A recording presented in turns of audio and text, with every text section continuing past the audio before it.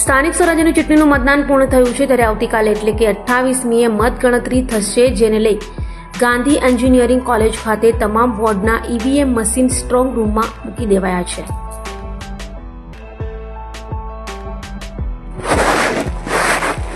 સુરતમાં સ્થાનિક સ્વરાજ્યની ચૂંટણીનું મતદાન રવિવારે યોજાઈ ગયા બાદ હવે આગામી 28મી એટલે કે મંગળવારના રોજ મતગણતરી થશે. સુરત મનપાના 30 વોર્ડના ઉમેદવારોનું ભાવિ ઈવીએમમાં સીલ થયું છે, તો આ ઈવીએમ મશીન ગાંધી એન્જિનિયરિંગ કોલેજના સ્ટ્રોંગ રૂમમાં પોલીસ બંદોબસ્ત વચ્ચે મુકાયા છે. ત્યારે આવતીકાલે મતગણતરી બાદ જ પ્રજાનો સ્નેહ કોના પર ઢોળાયું તે જાણી શકાશે.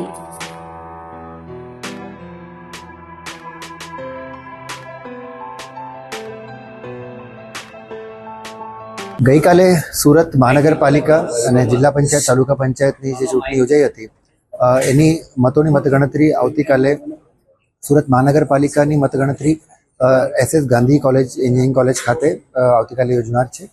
આની જે બધી જ વ્યવસ્થાઓ છે કે ગઈકાલે જ્યારે ઓલ્ડ ઈવીએમ આપણે આવ્યા એમને આપણે અહીંયા કાઉન્ટિંગ સેન્ટરમાં અને જે સ્ટ્રોંગ રૂમ છે એમાં આપણે મુકાઈ દીધું છે અને પૂરતું બંદોબસ્ત પણ અહીંયા મૂકી દીધું છે.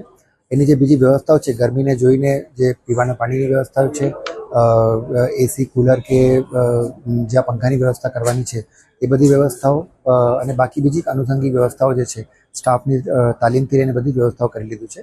આશરે ઓલમોસ્ટ 2000થી ઉપરનું ફક્ત કાઉન્ટિંગનો જે સ્ટાફ છે એમાં હાજર રહેવાના છે અને 10 રિટર્નિંગ ઓફિસર વાઇઝ જે 3 વોર્ડ જે અમે વેચેલા છે એમાં 30 વોર્ડની મતગણતરી આવતીકાલે સવારે યોજવાની છે.